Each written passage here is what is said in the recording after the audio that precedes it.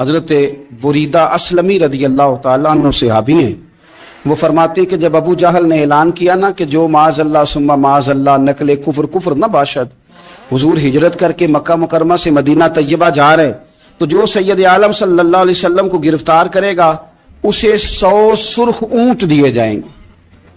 آج ہمارے زمانے میں سائیول نسل کی گائے بھینس بڑی مہنگی ہے، تو 100 گائیں وہاں سے لے آئیں تو کتنے کروڑ بنا۔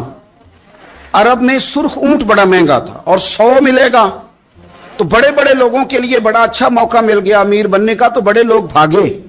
بریدہ کہتے ہیں میں اکیلا نہیں، 70 بندے میں نے ساتھ لیے، چونکہ انعام ہی بہت تگڑا تھا۔ 70 بندے ساتھ لے کے میں گیا حضور کو گرفتار کرنے، تو مکہ مکرمہ سے کوئی 70-75 کلومیٹر کے فاصلے پر میں نے نبی پاک صلی اللہ علیہ وسلم اور جناب صدیق اکبر کو پا لیا۔ کہتے ہیں جب 70 سواروں کے ساتھ، ان کے ہاتھ میں نیزے ہیں، تلواریں ہیں، ان 70 سواروں کے ساتھ جب میں وہاں پہنچا اور جناب صدیق اکبر رضی اللہ تعالیٰ عنہ نے ہمیں آتے ہوئے دیکھا تو تھوڑا گھبرائے۔ کہتے ہیں صدیق اکبر گھبرا رہے تھے کہ 70-71 بندے آگے، پر حضور زیر لب تھوڑا تھوڑا مسکرا رہے تھے، حضور زیر لب تھوڑا تھوڑا مسکرا رہے تھے، اور نبی پاک صلی اللہ علیہ وسلم بڑے اطمینان کے ساتھ بیٹھے۔ بریدہ آ گئے اور جب آ کے کھڑے ہوئے نا تو حضور نے پوچھا تمہارا نام کیا ہے؟ ایک بندہ گرفتار کرنے آیا ہے۔ میں نے کہا کہ جب آپ کو بڑا ڈر چڑھا ہو تو روشنی مدینے والے رسول عطا کریں گے، چاروں جانب خوف ہو تو نور میرے نبی سے لے لو، انشاءاللہ دل ٹھنڈا ہو جائے گا۔ حضور نے نہ پوچھا تھا، بندہ پکڑنے آیا ہے، وہ آیا 70 بندے لے کے گرفتار کرنے، حضور پوچھتے ہیں تیرا نام کیا ہے؟ کہتے بریدہ، برد عربی میں ٹھنڈے کو کہتے ہیں۔ حضور جناب صدیق اکبر کی طرف دیکھ کے فرمانے لگے کوئی ڈرنے والی بات نہیں، یہ تو معاملہ ہی ٹھنڈا ہے سارا۔ حضور فرمانے لگے تیرا قبیلہ کون سا ہے؟ کہنے لگے حضور بنو اسلم۔ اسلم سلام، یہ سلامتی سے نکلے۔ اس نے کہا بنو اسلم میں سے ہوں، تو حضور فرمانے لگے ابو بکر یہ اور مسئلہ ٹھیک ہو گیا، یہ تو معاملہ کوئی فتنے والا نہیں، یہ تو سارا کام ہی سلامتی والا ہے۔ حضور نے تیسرا سوال کیا اور آخری سوال کیا، فرمانے لگے بنو اسلم قبیلے کی تو بڑی شاخیں ہیں، تو کس شاخ سے؟ کہا حضور بنو سہم میں سے۔ سہم کا معنی حصہ۔ تو حضور فرمانے لگے تو فکر نہ کر، تجھے تیرا حصہ ملے گا۔ تو حضرت بریدہ کہتے ہیں میں نے کہا پھر آپ کا نام کیا ہے؟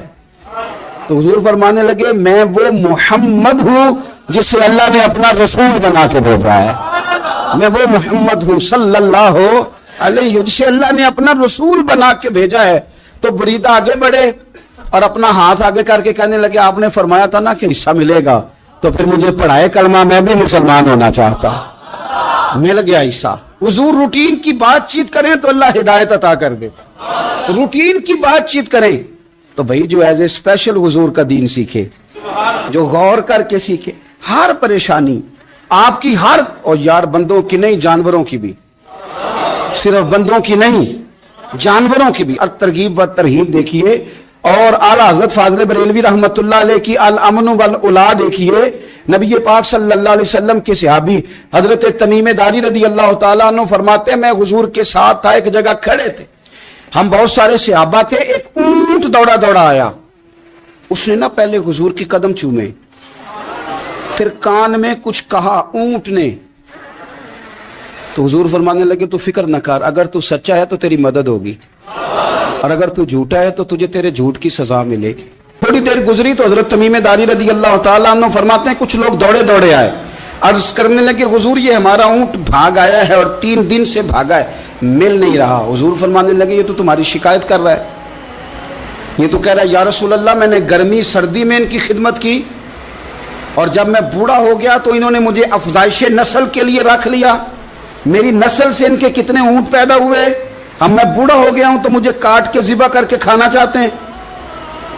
اس نے کان میں کہا، حضور نے ترجمہ کہہ کے بتایا، کریم رسول فرمانے لگے بولو تم کیا کہتے ہو؟ کہنے لگے سونیا جی جس نے جو آپ کو بتایا نا بالکل ہی سچ بتایا۔ ابو داؤد شریف کی حدیث عرض کر رہا ہوں، حضور بالکل ایسے ہی ہے، گرمی سردی میں اس نے کام کیا، پھر ہم نے اس سے بڑے افزائش نسل کا کام لیا، حضور ذبح کرنا چاہتے ہیں۔ تو نبی پاک فرمانے لگے اتنی جو خدمت کرے اس کا صلہ پھر چھری ہے، تم اچھا صلہ دے رہے ہو؟